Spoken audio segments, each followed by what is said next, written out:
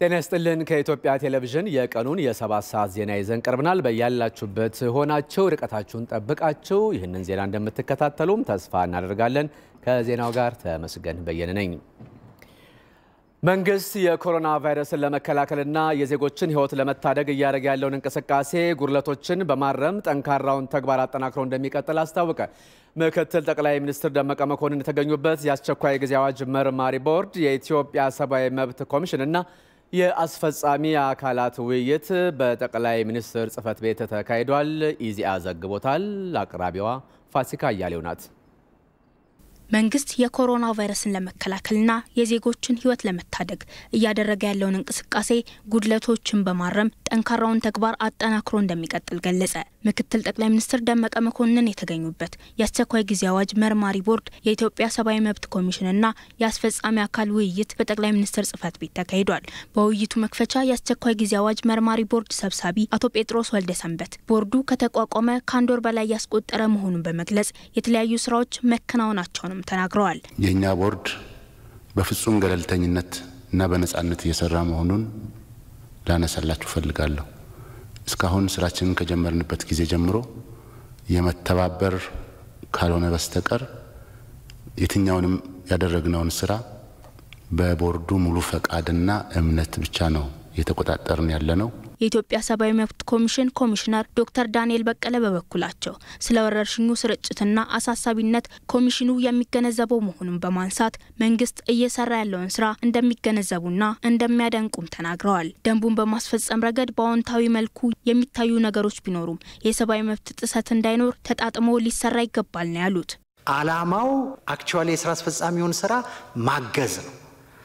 ስራ አስፈጻሚ ውስጥ ደግሞ ለስራ እንቅፋት የሚሆኑ ሰዎችንና የሰብአዊ መብት ጥሰት ተጠያቂ ሊሆኑ የሚገባቸውን ሰዎችም ተጠያቂነት ማረጋገጥ ጭምር ነው። ጠቅላይ አቃቤ ሕግ አዳነች አቤቤ በበኩላቸው ወረርሽኙ ለሀገሪቱ በአይነቱ ልዩ የሆነ ፈተና በመሆኑ ለከፋ ቀውስ ሳይዳረግና ዜጎችን ለመታደግ በሚያስችል መልኩ ምላሽ የሚሻ ጉዳይ መሆኑን አንስተዋል። አዋጁ ከበሽታው ባህሪ ጋር ተዛምዶ የወጣ መሆኑን የጠቀሱት ጠቅላይ አቃቤ ሕጓ የሕጉ ማዕቀፍ አብዛኛውን መከላከልና ጥንቃቄ ላይ የተመረኮዘ መሆኑን ያብራሩት መብት አያያዝና ከኢሰብአዊ የሆነ አያያዝ በኮቪድ-19 መከላከል ሂደት ተደርጓል ከተባለ በዛም ሂደት አይደለም ከዛ ውጪም ቢሆን አብረን ለመስራትና እነኚህን ጥሰቶች ለመከላከል በእኛ በኩል ዝግጁ ነን።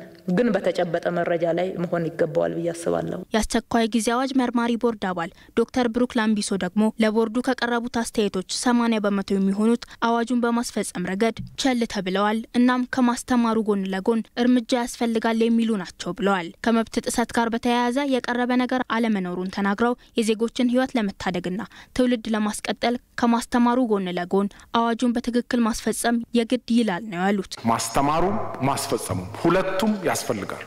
ላልገባው ማስተማር ገብቶት ለማያደርገው ችሎ ለማያደርገው ደግሞ በአንተ ምክንያት ስንት ሰው ይበከላል፣ ይሰራጫል፣ ሌሎች አሉ አንተ ብቻ አይደለህም ሚለው ልናየው የሚገባ ጉዳይ ነው። ምክትል ጠቅላይ ሚኒስትር ደመቀ መኮንን በበኩላቸው የነዚህ ሁሉ አካላት ሚናና ዓላማ ወረርሽኙን በመከላከልና በመቆጣጠር ዜጎችን ጠብቆ አገር ለማሻገር መሆኑን ጠቅሰዋል። እስካሁን በተሰራው ስራ በመሰረታዊነት ሰባይ የተካሄደው እንቅስቃሴ ዜጎችን በመታደግ ለማህበረሰብ የሚተርፍ እዳ ወረርሽኝ እንዳይስፋፋ ለማድረግ የሚያስችል እንቅስቃሴ ላይ ማዕከል ያደረገ እንደሆነ ግንዛቤ መፍጠር ላይ ማዕከል ያደረገ እንደሆነ በዚህ ጅምር ጉዞ ከሁሉም አቅጣጫ የሚመጡት ምክረ ሀሳቦች ደግሞ የበለጠ ኃላፊነታችንን ለመወጣት ተጨማሪ እድል እንደሆነ አድርገን እየወሰድን በቀጣይ በእያንዳንዱ ክፍተት ነው በምንድነው ደግሞ እየተነጋገርን ያን እየሞላን ልንጓዝ እንችላለን። መንግስት ሁሉንም አቅም ተጠቅሞ የግንዛቤ ስራ ለመስራት ብዙ ርቀት መሄዱንና ለወረርሽኙ ተገቢነት ያለው ምላሽ ለመስጠት ጥረት ማድረጉንም ገልጸዋል። በዚህም መንግስት እስካሁን በተባበረ እንቅስቃሴ የዜጎችን ሕይወት ለመታደግ እያደረገ ያለውን እንቅስቃሴ ጉድለቶችን በማረም ጠንካራ ስራውን አጠናክሮ እንደሚቀጥል ነው የገለጹት። በአዲስ አበባ በልደታና በአዲስ ከተማ ክፍለ ከተሞች ለሚገኙ ዝቅተኛ ገቢ ላላቸው 1000 አባወራዎች የምገባ መርሃ ግብር ተጀመረ። መርሃ ግብሩን ያስጀመሩት የአዲስ አበባ ከተማ አስተዳደር ምክትል ከንቲባ ኢንጂነር ታከለ ኡማ የከተማ አስተዳደሩ የምግብ ባንክ ከፍቶ እየሰራ መሆኑን ገልጸዋል። ምክትል ከንቲባው የምግብ መርሃ ግብሩ የተጀመረባቸው የልደታና የአዲስ ከተማ ክፍለ ከተሞች በቫይረስ ስርጭት እየተጎዱ መሆናቸውን ነው የተናገሩት። በቫይረሱ ምክንያት የከተማው የኢኮኖሚ እንቅስቃሴ በተለይ ልደታ አካባቢ የተወሰኑ መንደሮች ላይ የተቀዛቀዘ ስለሆነና የተወሰኑ ትናንሽ መንደሮች ደግሞ በከፊል እንዳይንቀሳቀሱ እና ደግሞ ቫይረሱ ወደ ሌሎች እንዳይተላለፍ ባደረግነው በተስማማነው ትንንሽ ብሎኮችን የተወሰኑ እንቅስቃሴዎችን በመግታት በዚህ በተገቱ እንቅስቃሴ በማይኖርባቸው ትናንሽ ብሎኮች ወይም ደግሞ መንደሮች በተለይ እናቶች ህፃናት እንዳይራቡ ማብሰል እንኳን የማይችሉ የተወሰኑ ሰዎች የተለዩ ስለሆነ በልደታና በአዲስ ከተማ ክፍለ ከተማ ወደ 120 ሺህ የሚሆኑ የምግብ አቅርቦቶችን ዛሬ እናስጀምራለን። ሪፖርተራችን ሰለሞን አበጋዝ እንደዘገበው በሁለቱ ክፍለ ከተሞች የተጀመረው የምገባ መርሃ ግብር ለቀጣይ 3 ወራት የሚቆይ ሲሆን ኢንጂነር ታከለ ኡማ የመርዳዳት ባህላችን በዚህ ወቅት ሊቀጥል ይገባል ነው ያሉት። ሌሎችም ባለሀብቶች፣ ሌሎችም ዶነሮች፣ ሌሎችም ሆቴሎች የወንድሞቻችንን በጎ ፈቃድ መልካም ተግባር እናንተም እንድትከተሉ ጥሬን አስተላልፋለሁ። ይህንን ወቅት እንደዚህ በመተጋገዝ አንደኛው ለአንደኛው የተሻለ እጁን በመዘርጋት ህይወት ስለሚቀጥል ሀገር ስለሚቀጥል ነገ ደግሞ ሌላ ቀን ሌላ የህይወት ምዕራፍ ስለሆነ ዛሬ አልፈን ነገውን ለመድረስ ዛሬዎቻችንን በሚገባ መስራት አለብን። ትንባሆ ለኮሮና ወረርሽኝ አጋላጭ በመሆኑ የተነሳ መንግስት በአስቸኳይ ጊዜ አዋጁ አተገባበር በአጫሾችና በምርቱ ላይ በልዩ ትኩረት ጥብቅ ቁጥጥር እንዲያደርግበት በጸረ ትንባሆ ላይ የሚሰሩ አካላትና የጤና ባለሙያዎች ጠየቁ። ጥናቶች እንደሚያሳዩት ከሆነ ደግሞ ከኢትዮጵያ ሕዝብ 5% የትንባሆ አጫሽ ነው። አንድ የትንባሆ አጫሽ ደግሞ በአማካኝ እስከ 10 ሰዎችን የመበከል እድል አለው ነው የሚባለው። ሪፖርተራችን ብሩክ ተስፋዬ በዙሪያ ያዘጋጀዋል። አብረን እንከታተለው። አቶ ወንዱ በቀለ የማቴዎስ ወንዱ ካንሰር ሶሳይቲ መስራችና ስራ አስፈጻሚ ናቸው። የካንሰር ህሙማንን ከመንከባከብ ባለፈ በጸረ ትንባሆና አልኮል እንቅስቃሴ ላይ በስፋት ይሰራሉ። የዓለም ጤና ድርጅት ዓለም አቀፉን ትንባሆ የማይጨስበት ቀን ምክንያት በማድረግ በትንባሆ ቁጥጥር ላይ ባበረከቱት አስተዋጽኦ የ2020 ከአፍሪካ አሸናፊ እንዳደረጋቸው በገጹ ላይ አስፍሯል። ኢትዮጵያ ለሽልማት ያበቃት እና በተለይ ደግሞ በዚህ ላይ ለምንሳተፉ ሰዎች ለእውቅና እንድናገኝ ይረዳን ባለፈው ዓመት ያው የጠበቅ ያለ በአፍሪካ ውስጥ ተወዳዳሪ የለውም የተባለ ህግ በትንባሆ ላይ እና በአልኮል ላይ እንዲወጣ ምክንያት ሆነናል። አሁን ደግሞ በቅርብ ጊዜ ታክስ በኤክሳይዝ ታክስ በትንባሆ እና በአልኮል ላይ እንዲወጣ ከፍተኛ አስተዋጽኦ ማድረጋችን ከግምት ውስጥ ገብቶ ነው። እሱም ብቻ ሳይሆን የኛ ሶሳይቲ ማቴዎስ ወንዱ ኢትዮጵያ ካንሰር ሶሳይቲ 2 ትልልቅ ፕሮጀክቶችን ከኢትዮጵያ ምግብ መድኃኒት ቁጥጥር ባለስልጣንና ከአዲስ አበባ ምግብ ቁጥጥር ባለስልጣን ጋር ሆነን ስራ ላይ እያዋለን ያለነውና እነዚህ ነገሮች ተደማምረው በተለይ በአፍሪካ አህጉር የኛ ተወዳድሮ እውቅና እንዲያገኝ ምክንያት ሆነዋል። ይሁን እንጂ በተለይም ዓለም አቀፉ ኮቪድ-19 ወረርሽኝ ተጓዳኝ ህመም ያለባቸውን ሰዎች ማጥቃቱ በትንባሆ ቁጥጥር ላይ ያሉ ህጎች አፈጻጸም ልል ከመሆኑ ጋር ተዳምሮ ጥረቶችን መና በማድረግ ሀገር በእንቅርት ላይ ጆሮ ደግፍ እንዳይሆንባት ኮቪድ-19ን ለመከላከል የወጡ መመሪያዎች በትንባሆ ላይ ይበልጥ ጥብቅ ሊሆኑ ይገባል ይላሉ አቶ ወንዱ በቀለ። አሁን ባለፈው 2 ዓመት በፊት ያወጣነው መረጃ እንደሚያሳየው 52% የኢትዮጵያ ህዝብ እየሞተ ያለው ተላላፊ ባልሆኑ ህመሞች ነው። ለተላላፊ ያልሆኑ ህመሞች አምጪ ዋናው ምክንያት ደግሞ ትንባሆ ነው። በተለይ አሁን የኮቪድ-19 ተላላፊ ያልሆኑ ህመሞች ላይ የጣለብን አደጋ በጣም ከፍተኛ ነው። የዚህ የተጨማሪ ወጪዎችን የሚያስከትልበት ሁኔታ ለመከላከል የምናደርገው ለመታከም የምናደርገው ነገርና በዚህ በሀገራችን አቅም የሚታሰብ ስላልሆነ በተለይ በአልኮልና በትንባሆ ላይ የምንወስደውን እርምጃ ጠበቅ እንዲል ጥሪ ማስተላለፍ ፈልጋለሁ። ዶክተር ሰለሞን ተፈራ በአዲስ አበባ ዩኒቨርሲቲ ጤና ሳይንስ ኮሌጅ የአእምሮ ሕክምና ትምህርት ክፍል ተባባሪ ፕሮፌሰር ናቸው። በትንባሆና መዘዙ ዙሪያ ጥናቶችንም ሰርተዋል። የትንባሆ አጫሾች ከማያጨሱት በተለየ ለኮቪድ-19 ከፍተኛ ተጋላጭ መሆናቸውን ያብራራሉ። በቅርብ ጊዜ ደግሞ የወጡ አንዳንድ ጥናቶች በአየር ቧንቧ ላይ ቫይረሱ ሄዶ የሚጣበቅባቸው የሰውነት ክፍሎች አሉ። ሪሴፕተርስ ይባላሉ። በቀጥታ ሄዶ ቫይረሱ የሚጣበቅባቸው እና ትንባሆ የሚያጨሱ ሰዎች ላይ የአየር ቧንቧቸው በሚጠናበት ጊዜ ቫይረሱ ሄዶ የሚጣበቅባቸው ሪሴፕተሮች ወይም ደግሞ ተቀባይ የሰውነት ክፍሎች ቁጥራቸው ከፍ ያለ ሆኖ ነው የተገኘው በትንባሆ አጫሾች ዘንድ።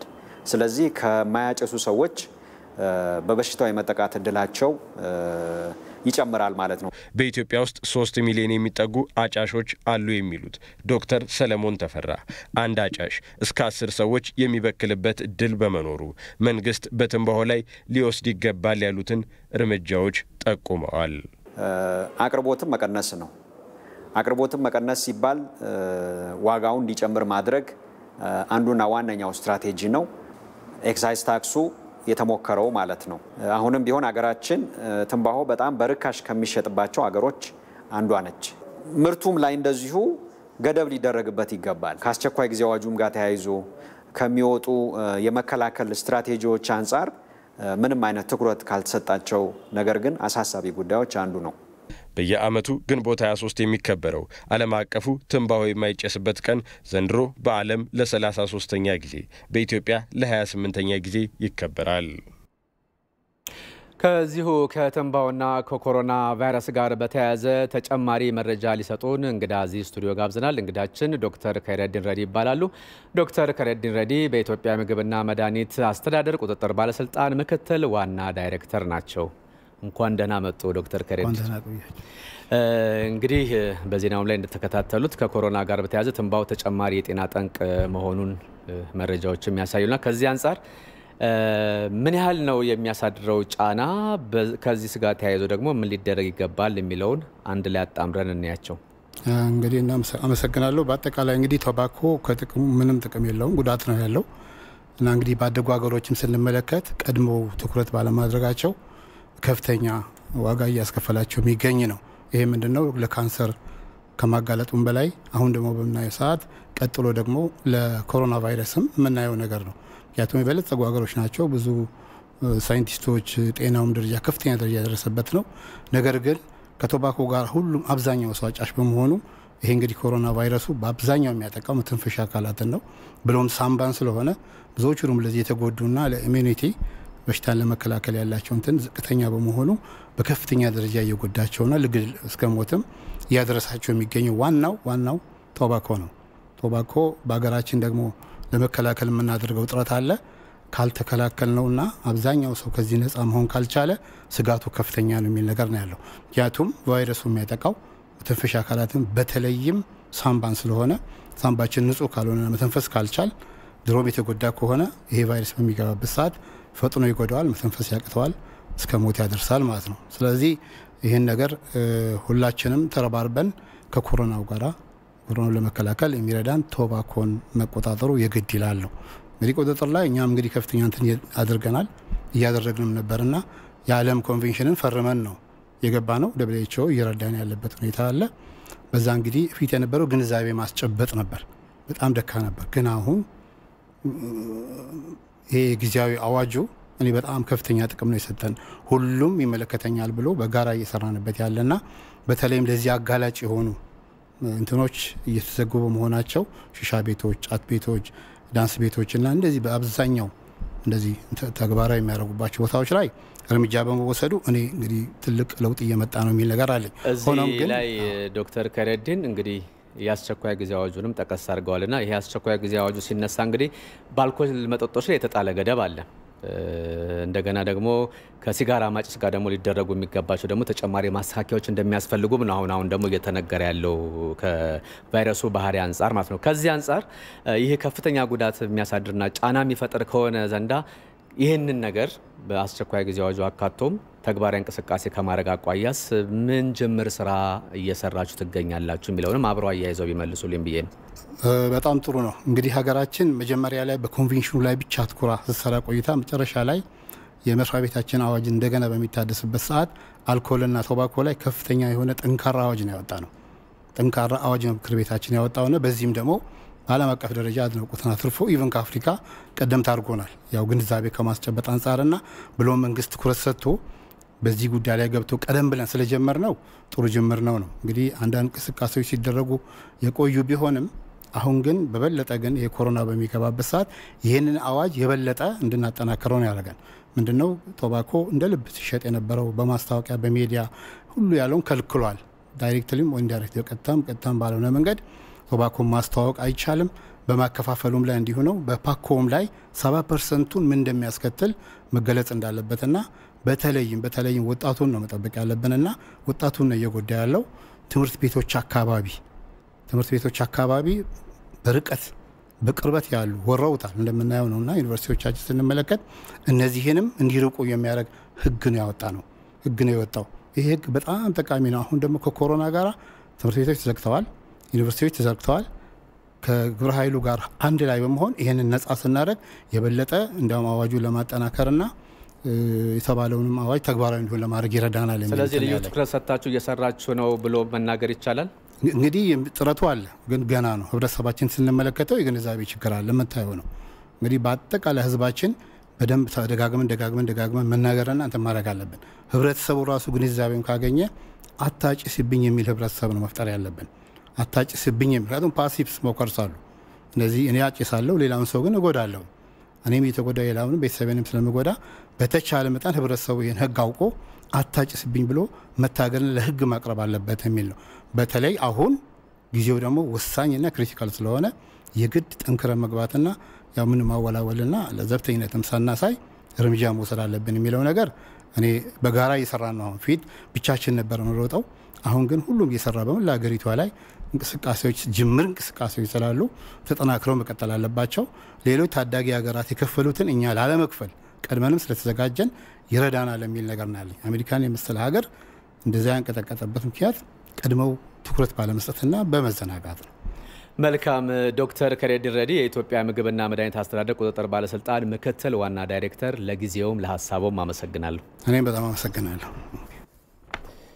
የምትከታተሉት ከኢትዮጵያ ቴሌቪዥን በቀጥታ እየተላለፈ ያለውን የዕለቱን የ7 ሰዓት ዜና ነው።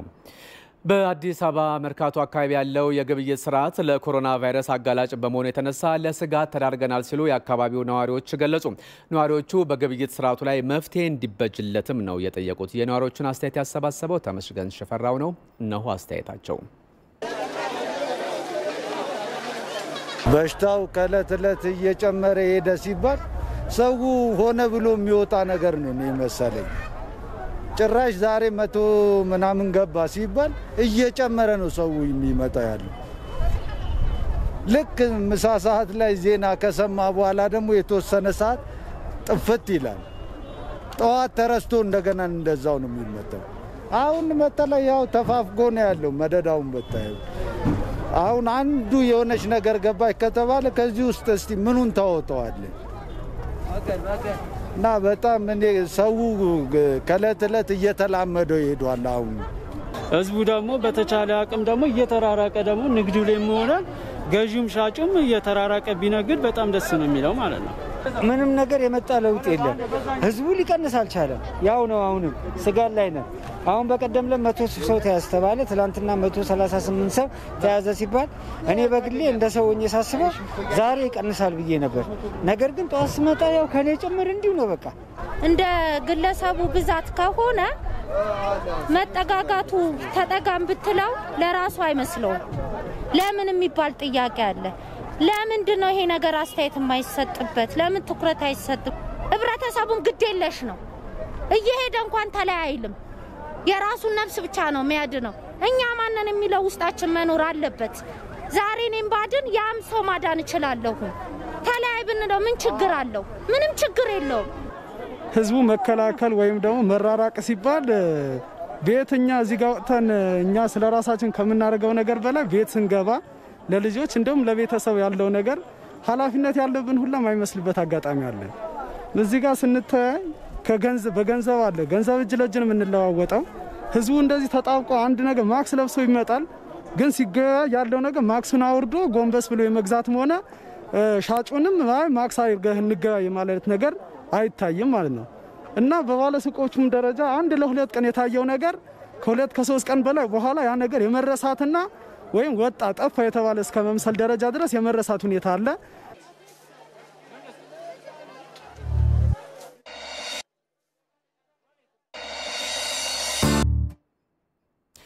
መርካቶ አካባቢ ያለውን እንቅስቃሴ የተከታተለ የሚገኘው ሪፖርተራችን ተመስገን ሽፈራው የኮሮና ቫይረስን በመከላከል ረገድ ከአካባቢው ነዋሪዎች የተነሳውን ቅሬታ መነሻ በማድረግ ተጨማሪ መረጃ ሊሰጠን በቀጥታ መስመር ላይ ነው የሚገኘው። ተመስገን እንደምን ውለሃል? ዛሬ እንግዲህ ቅዳሜ ነው፣ በአብዛኛው የገበያ ቀንም ነውና መርካቶ አካባቢ ያለው ነገር ቫይረሱን ከመከላከል አንጻር ምንድነው የታዘብከው?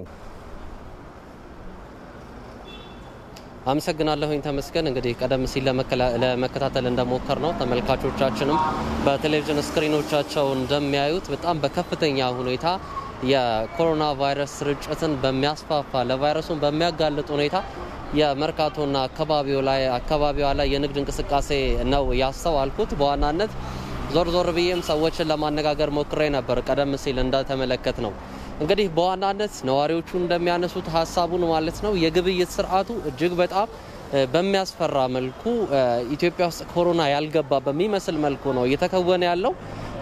የሰው ግንዛቤ የማህበረሰቡ ግንዛቤ ዝቅ ከማለቱን ባሻገር እንግዲህ ብዙዎቹ እዚህ አካባቢ ላይ ግብይት ሲፈጽሙ ያገኟቸው ያነጋገርኳቸው ሰዎች እንደሚሉት ዝቅተኛ ገቢ ያላቸው የህብረተሰብ ክፍሎችም ጭምር ናቸው። በእርግጥ እንግዲህ ዝቅተኛ ገቢ ያላቸው የህብረተሰብ ክፍሎች እንደመሆናቸው ገቢያቸው የሚሆነው የዕለት ነው፣ ስራቸውም እንዲሁ ስለሚሆን ማለት ነው።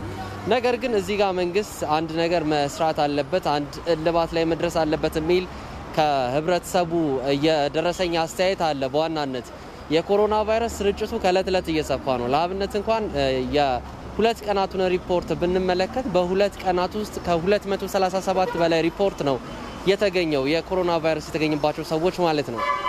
በዚህ አይነት እንቅስቃሴ አሁን ስክሪኑ ላይ ተመልካቾቻችንን በምትመለከቱት አይነት እንቅስቃሴ ግን የቫይረሱ ቁጥር ትንሽ መሆኑን እስካሁን የተገኘው የቫይረሱ ቁጥር ትንሽ መሆኑን ነው መገንዘብ የቻልኩት እኔ በግሌ። ምክንያቱም አንድ ታማሚ እዚህ ገበያ ውስጥ ተገኘ ማለት እጅግ በጣም ብዙ ሰዎችን በቀላሉ ሊበክል ይችላል ማለት ነው።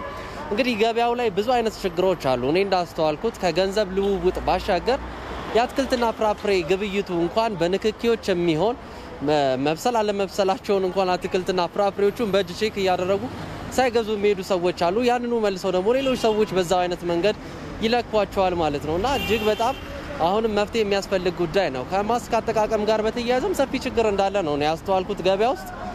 ብዙ ሰዎች እንግዲህ አስቸኳይ ጊዜ አዋጁ ማስክን እንድንጠቀም ከመደንገጉ ወይም ከማስገደዱ ጋር በተያያዘ ማስክ አድርገዋል። ነገር ግን የግብይት ስርዓቱን በሚፈጽሙበት ጊዜ ማስክ አውልቀው ከአንገታቸው ስራ አድርገው ነው የሚገበያዩት። ይህ ደግሞ የፍትህ አካላት ወይም ደግሞ ህግ አስከባሪ ፖሊሶች በሚመጡበት ጊዜ ወደ ላይ ሳብ አድርጎ ከዛ በኋላ ስራቸውን ለመቀጠል ወይም ደግሞ መልሰው በለመዱት አይነት የግብይት ስርዓት ለመሄድ ነው እየሰሩ ያሉት። ይሄ በጣም አሁንም መታሰብ ያለበት ጉዳይ እንደሆነ ነው የሚሰማኝ እኔ። ከዛ ውጪ እንግዲህ አሁን ማስክ ላይ የአስቸኳይ ጊዜ አዋጁ ይደነግጋል። ከዛ ውጪ ጓንት ላይም ተመሳሳይ ነገሮችን ምናልባት አዋጁ መመልከት ይኖርበታል የሚል ሀሳብም እንዲጫርብኝ ነው ያደረገው በውስጤ ማለት ነው። የኮሮና ቫይረስ ስርጭቱ እጅግ በጣም ብዙ ነው። በንክኪ የሚተላለፍ አይነት የቫይረስ ስርጭት ነው። መጀመሪያ ላይ ቫይረሱ ኢትዮጵያ ውስጥ እንደተገኘ ሪፖርት ካደረገ በኋላ የጤና ሚኒስቴር በጣም ብዙ የግንዛቤ ማስጨበጫ ስራዎች በክቡር ከንቲባው፣ በአርቲስቶች፣ በመንግስት አካላት፣ በጤና ሚኒስቴር፣ በአካባቢው ወጣቶች ሲሰሩ እንደነበር እናስታውሳለን። አሁን ላይ ግን እነዛ ስራዎች በጣም ተቀዛቅዘዋል። የቫይረሱ ስርጭት ግን አሁን ላይ ነው በጣም ከፍ እያለ የመጣው። ይህን ነገር መገንዘብ አለባቸው ሁሉም የህብረተሰብ ክፍል፣ በተለይ ተሰሚነት ያላቸው የህብረተሰብ ክፍሎች ማህበረሰቡን ግንዛቤ በማስጨበጥ ስራ ላይ መሳተፍ አለባቸው። ምክንያቱም የቫይረሱ ጅማሮ ላይ በጣም ባልተስፋፋበት ጊዜ ላይ በጣም ብዙ ሰዎች ልክ የካምፔን አይነት መልክ ባለው መልኩ የቅስቀሳ ስራዎችን ሲሰሩ ነበር።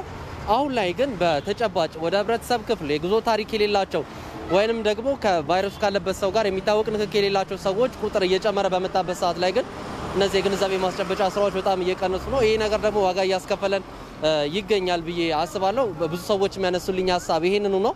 የግንዛቤ ማስጨበጫ ስራዎች ይቀራሉ። በመንግስት በኩል ደግሞ አሁንም ውሳኔ የሚፈልጉ በተለይ ከገበያ ጋርና ከማህበራዊ ፈቀቅታን ከመጠበቅ አንፃር በጣም ብዙ ክፍተቶች አሉ። ይህን ነገር መንግስት ሊያየው የከተማ አስተዳደሩ ሊገመግመው እንደሚገባ ነው የታዘብኩት። እንደዚህ ካልሆነ ከተማዋም ሀገሪቷም ብዙ ዋጋ ሊያስከፍል በሚችል ሁኔታ ውስጥ ነው የመርካቶና አካባቢው ያለው። ከመርካቶም ውጪ መንገድ ላይ ያለው ሁኔታ በመዝናኛ ቤቶች በተለይም በመጠጥ ቤቶችና አካባቢው ላይ የሚታዩ ነገሮች እጅግ በጣም በሚያስፈራ መልኩ ሰው መዝናናትን ብቻ እያሰበ እየተንቀሳቀሰ ያለበት ሁኔታ ነው ያለው። ይህን ነገር ሁላችሁም ይህንን የምትመለከቱ በሰፈራችሁ ያለውን ነገር መታዘብ የምትችሉ ይመስለኛል። ስለዚህ በየአካባቢያችን ያለው ነገር መጠጥ ቤቶች ከምሽት ላይ እንኳን ተዘግተው የሚሸጡባቸው አካባቢዎች አሉ። ፖሊሶች ሲመጡ በሮች ይዘጋሉ። ከዛ በኋላ ውስጥ ሆነው ደግሞ መጠጦች ይሸጣሉ። ሰዎች ተሰብስበው ይጫወታሉ፣ ይስቃሉ። ይህ ነገር ምናልባት ከቫይረሱ በኋላ ሊደርስ ይችላል። ሁሉም ህብረተሰብ የራሱን ጤና መጠበቅ አለበት። አሁን የታዘብኩት የመርካቶና አካባቢው የግብይት ሁኔታ ላይ ግን ስክሪኑ ላይ በምትመለከቱት ሁኔታ በሚያስፈራ መልኩ ግብይቱ እየተከናወነ ነው ማለት ነው። ተመስገን። አመሰግናለሁ ተመስገን።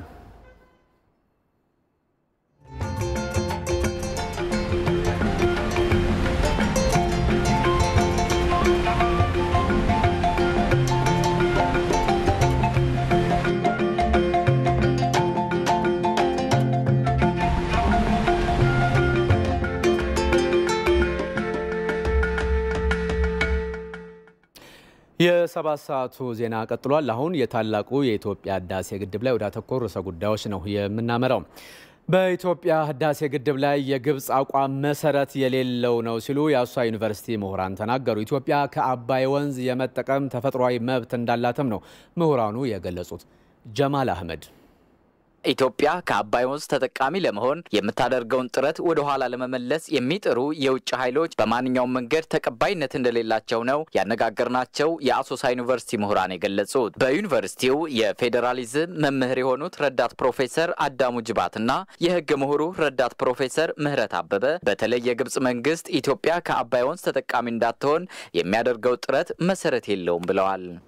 ግብጽም ሱዳን ኢትዮጵያ እየሄደችበት ያለውን መንገድ በውይይት እንዴት አድርገን እኛንም ሳይጎዳን ኢትዮጵያም ደግሞ እንደ ተፋሰሱ ባለቤት በዋናነት እንዴት መጠቀም አለባት የሚለው ዲፕሎማቲክ የሆነ በጣም ሰላማዊ የሆነ የመድረክ ውይይት በማድረግ ወደ መፍትሄ የሚደረስ እንጂ አሁን እያደረገች ባለችው አይነት መስመር የኢትዮጵያን የመጠቀም መብትን ልትገድብ አትችልም። ኢትዮጵያ ባላት እንደ ዋና የአባይ ምንጭ ሀገር በራሷ ላይ የሚፈሰውን የአባይ ወንዝ የራሷን ድርሻ ምክንያታዊና ፍትሃዊ በሆነ መንገድ የመጠቀም መብቷ የተከበረ ነው።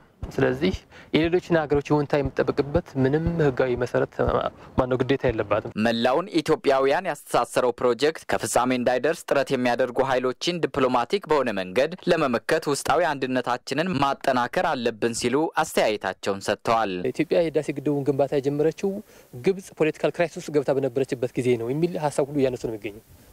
ስለዚህ በማናቸውም መልኩ ይህን ጫና ልንቋቋም የምንችልበት ዋና እና አብይ ወደ አርጊም ወስደው ውስጣዊ የፖለቲካ ጥንካሬያችን አጎልብተን መገኘት መቻል አለበት። ተፎካካሪ ፓርቲም ይሁን ገዢ መንግስትም ይሁን ሲቪክ ማህበራትም ይሁኑ በአገር ውስጥም ከሀገር ውጭም ያሉ የትኛውም ኢትዮጵያውያን ይሄ በአባይ ጉዳይ ላይ የመጠቀም መብታችንን በጋራ ልናስከብር የግድ ነው። ስለዚህ አንድ ቋንቋ መናገር ያስፈልጋል። ከመናገር ያስፈልገ ደግሞ ባለፈም በየትኛው ሁኔታ የራስን ድርሻ መወጣት የዜግነት ድርሻ መወጣት አስፈላጊ ነው። ኢትዮጵያ በአባይ ወንዝ ላይ ባይተዋር ሆና መቆየቷን የገለጹት የዩኒቨርሲቲው ምሁራን የአባይ ወንዝ 85% በኢትዮጵያ ምድር ላይ የሚመነጭ በመሆኑና በበርካታ የሀገሪቱ ገባር ወንዞች የጎለበተ በመሆኑ ኢትዮጵያ ከወንዙ የመጠቀም ተፈጥሯዊ መብት እንዳላት አስታውቀዋል። ለኢቢሲ ለተጠናቀረው ዘገባ ጀማል አህመድ ነኝ ከአሶሳ። ታላቁ የኢትዮጵያ ህዳሴ ግድብ ከሚኖረው ሀገራዊ አስተዋጽኦ አንጻር የህዝቡ ድጋፍ ተጠናክሮ ሊቀጥል ይገባል ሲሉ የደብረ ታቦር ነዋሪዎች ተናገሩ። ግብጽ በግድቡ ላይ የያዘችው አቋም የራሷን ጥቅም ብቻ ያስቀደመና የኢትዮጵያን ፍላጎት ያላገናዘበ እንደሆነም ነው አስተያየት ሰጪዎቹ ለኢቲቪ የተናገሩት። ያነጋገረቻቸው ራሄል ፍሬው ናት። አስተያየቱን አብረን እንከታተል። እያንዳንዳችን የራሳችን አሻራ አስቀምጠናል ግድቡ ላይ። ስለዚህ የግድቡ ሁኔታ የአንድ ኢትዮጵያዊ ለመንግስት ወይም ለሳምባዲ የሚሰጥ አይደለም። የእያንዳንዱ ኢትዮጵያን አሻራ ነው። ሲገነባ የሚጠቀመው ሀገር ነው። ሀገር ማለት ደግሞ እኛን የሚያካትታል። እንደምታየው እዚህ ከተማ ላይ ምንም አይነት ኢንዱስትሪ የለም። ኢንዱስትሪ የሌለው ደግሞ በሌላ ሚንሳር ኢንቨስተር ጠፍቶ ወይ ምናምን አይደለም፣ በኃይል ችግር ነው። ስለዚህ ይሄ ግድብ ከተገነባ በኋላ የኃይል አቅርቦቱ ይሳካል ማለት ነው። የኃይል አቅርቦቱ ሲሳካ ደግሞ እዚህ ጋር ያለው ወጣት የስራ እድል ይፈጠርለታል ማለት ነው። የስራ እድል ሲፈጠር ሀገር ታድጋለች። ወጣቱን በዛው ልክ የስራ እድል ተጠቃሚ ይሆናል፣ ይቀረፍለታል፣ አብረን እናድጋለን ማለት ነው። ሐምሌ ላይ ግድብ ሙሊት ይጀምራል የሚለው ነገር ትልቅ ተስፋ ሰጪ ነው። በዚሁ ተጠናክሮ አሁንም ፍጻሜው መጨረሻ ላይ እንዲደርስም የሁሉም ጉትና ፍላጎት ነው። ከዚህ በፊትም ቦንድ እየገዛን የወር ደሞዛችንም እያደረግን ለዚህ ደረጃ ደርሷል።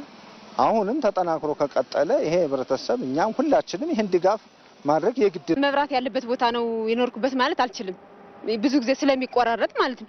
ከዛ አንፃር ግን አሁን አባይ ግድብ ሲያልቅ እሱን ሁሉ ይቀርፍልናል ብዬ አስባለሁ። ኢትዮጵያ በዚህ ወንዝ ላይ የመጠቀም መብት አላት። ህገ መንግስታዊም ሆነ የዓለም አቀፍ ስምምነቶች እንደሚገልጹት መብት አላት። ነገር ግን ይሄ መብት ደግሞ የሌሎች ተፋሰስ ሀገሮችን መብት ሳይነካ ነው መሆን መቻል አለበት። ይሄም ደግሞ ብዙ ድርድሮች በህግ አግባብ ተጀምሯል። በዛ ነው መሆን መቻል አለበት። በመጓተቱ የጠፋውን ጊዜ በማፋጠን መካስ አለበት ብዬ አስባለሁ። ይሄ አሁን ጊዜያዊ የፖለቲካ አጀንዳም እየሆነ በዓለም ላይ የተሰማ ነው። ቅድሚያ ሰጥተን ከሁሉም በላይ ትኩረት ሰጥተን ልንሰራው የሚገባ አጀንዳ ሊሆን ይገባል ብዬ አስባለሁ። እነሱ አሁን ተጽዕኖ እየፈጠሩ ያሉ ባለመድረኮች በተለያዩ ሚዲያዎች እያየናቸው ነው። ተጽዕኖ ለመፍጠር የሚያደርጉትን ሽቅድድሞች እያየ ነው። መንግስት ይህን ተረድቶ ያለውን ነባራዊ ሁኔታ ለሚመለከተው አካል ማድረስ መቻል አለበት ብለን ነው የምናስበው። ለአባይ ግድብ ሌላ ምክንያት እየፈጠሩ ውስጥ ላይ የተለያየ ችግር መፍጠር ይሄ ጥሩ አይደለም። መጀመሪያ ሀገር ይቀድማል። ሀገር ሲኖር ነው ህዝብ የሚኖረው፣ የፖለቲካ ፓርቲዎች የሚኖሩት። ቢቻል መንግስት እንደ መንግስት ያሉትን ልዩነቶች ተረድቶ ለነዛ ልዩነቶች በውይይትና በድርድር አቅጣጫ አስቀምጦ ፈቶ የበለጠ አንድነቱን ማጠናከር መቻል አለበት።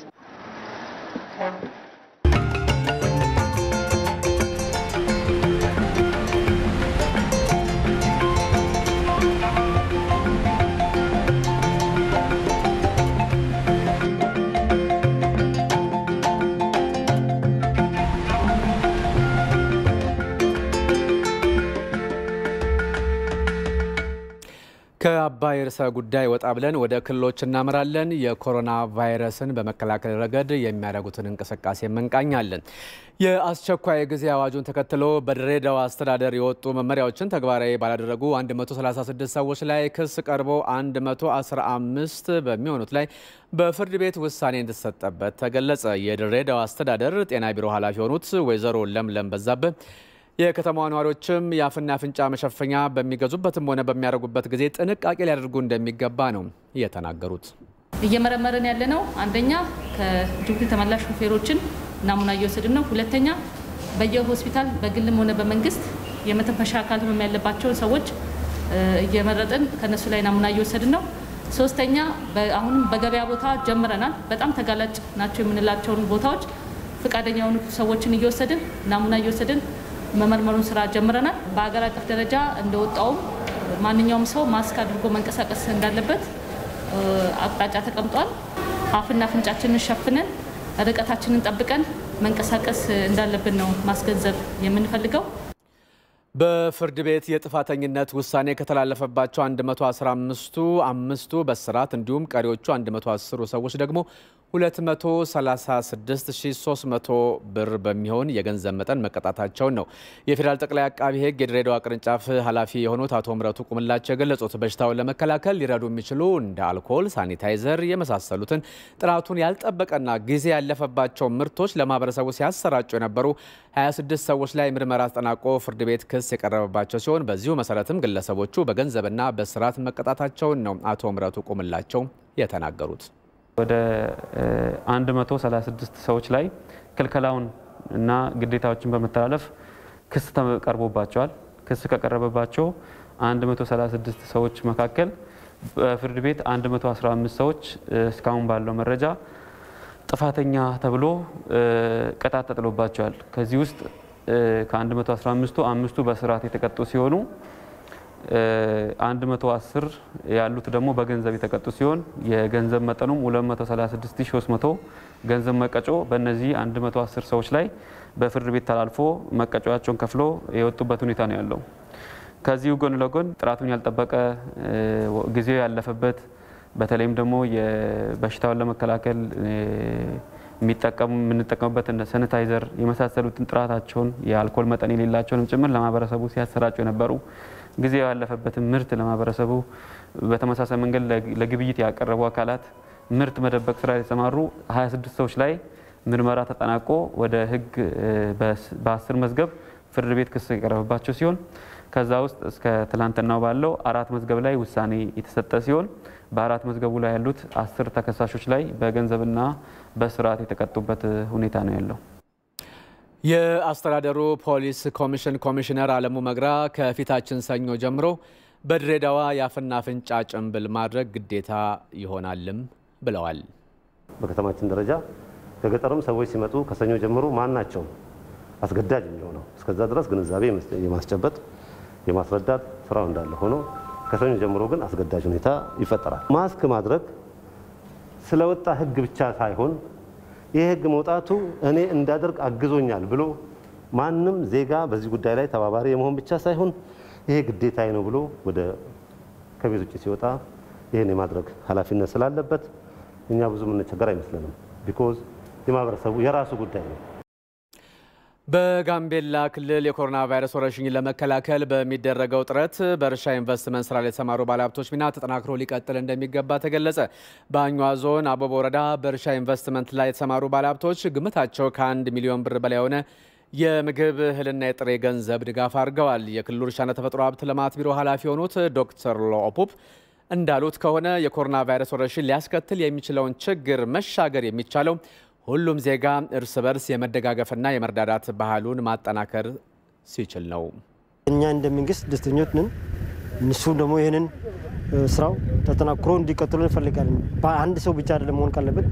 እዚህ ወረዳው ብዙ ባለሀብቶች አሉ። እነዚህም ባለሀብቶች አንዱ ላይ ተጋግዞ እያንዳንዱ ራሱ የሚችለው ድጋፍ ማድረግ አለበት የሚል ሀሳብ ለማቅረብ ነው እና የጀምሮ ስራው ጥሩ የጀምሮ እንቅስቃሴም ጥሩ ነው። የአኝዋ ብሔረሰብ ዞን ዋና አስተዳዳሪ ጎላው ጁሉ እንደገለጹት የኮሮና ቫይረስ በአገሪቱ መከሰቱ ከታወቀበት ቀን ጀምሮ በዞኑ ቫይረሱን ለመከላከልና ለመቆጣጠር የተለያዩ ስራዎች ሲከናወኑ መቆየታቸውን ነው ያመለከቱት። የወረዳ ያለው ባለሀብቶችና ነጋዴ ማህበረሰብ መንግስታዊ ያለውን ድርጅቶችም ሁሉ ጥሩ ስራ እየሰሩ ይገኛሉ።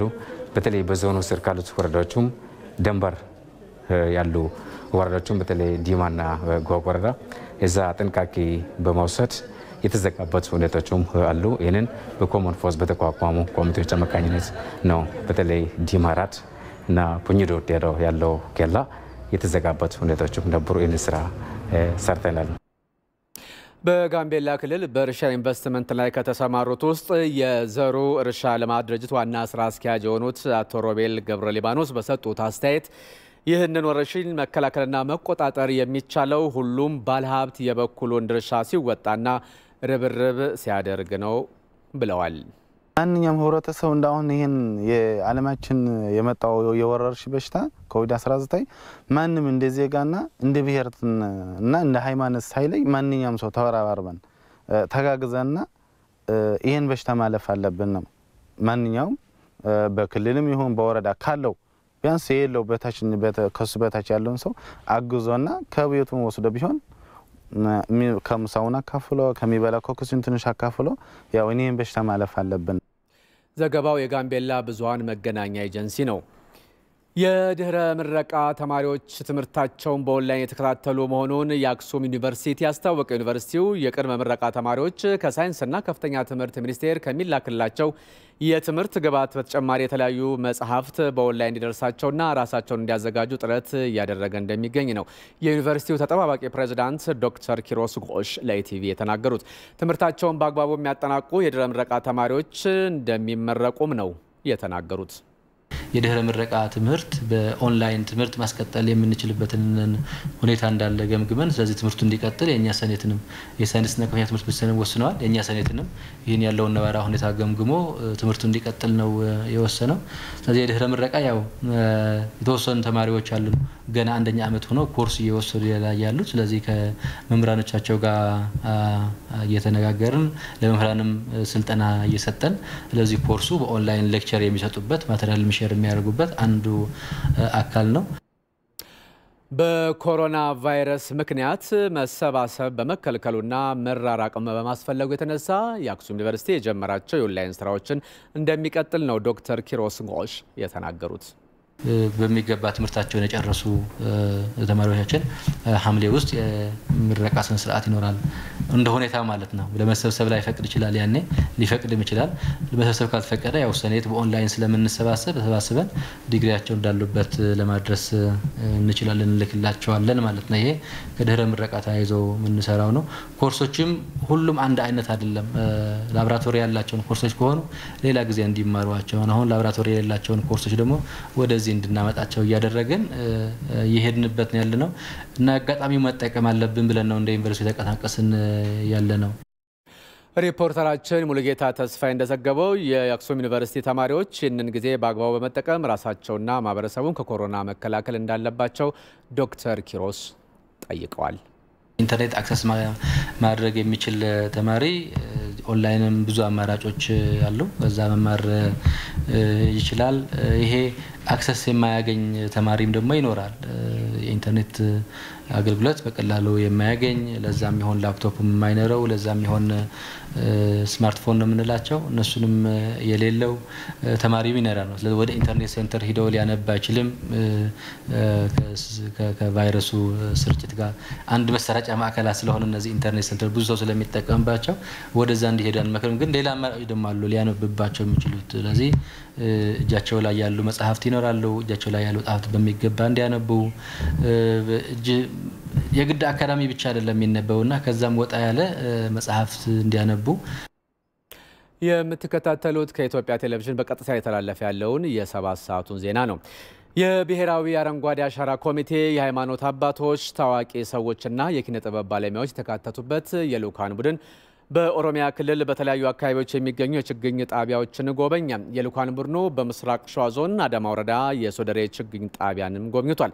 በተጎበኘው የችግኝ ጣቢያ ለአንድ እግር አቮካዶ ከ2 እስከ 3 ዶላር በሚሆን ወጪ ከእስራኤል ሀገር ተገዝቶ የመጣ ችግኝም ይገኝበታል።